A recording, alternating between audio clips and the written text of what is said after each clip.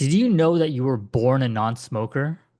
That means the ability to live smoke-free is already inside you. You just have to rediscover it.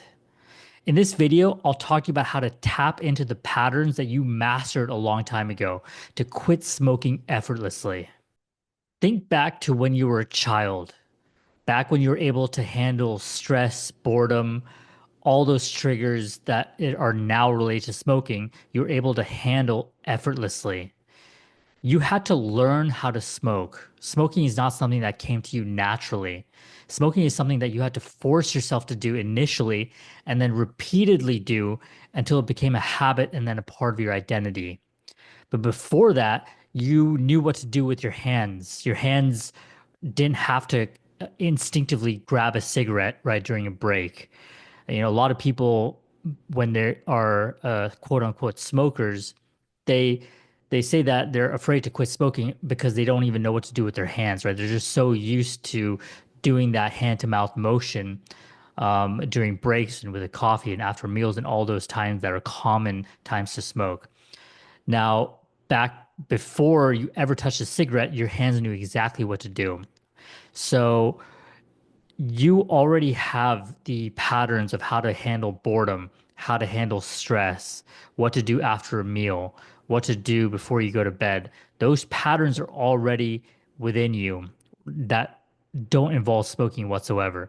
So it's important to realize that smoking is something that you had to initially force yourself to do until it became a habit. It's not something that's natural. So my role and your goal is to tap back into those patterns, right? Remember what it's like, that natural state of being a non-smoker. Right? Imagine an old railway, right? Initially, it was, clear and it was functional, but inevitably a new railway got put into place, a faulty railway that started redirecting traffic, right? So the old railway became unused and, it became sort of covered up with bushes and all kinds of other things that made it look like it was no longer functioning. But that is the actual functioning railway, right? All we have to do is clear out all the things that got in the way and remember that railway is the more functional and healthy path. And I've said this in other videos, but I'll say it again. This isn't so much about going around and thinking that you're a non-smoker, right? But because when you were young and before you ever touched a cigarette, you never went around thinking about yourself as a non-smoker, right? Smoking was just something that was irrelevant to you. And we have to tap into this idea that, when you're a non-smoker, it's more about smoking being irrelevant to you as opposed to going around thinking about yourself as a non-smoker all the time, right? You can think about things that are irrelevant to you now, right? So let's say that you are, you don't jet ski. You don't go around thinking about yourself as a non-jet skier, right? Because jet skiing is just not something that's irrelevant to you.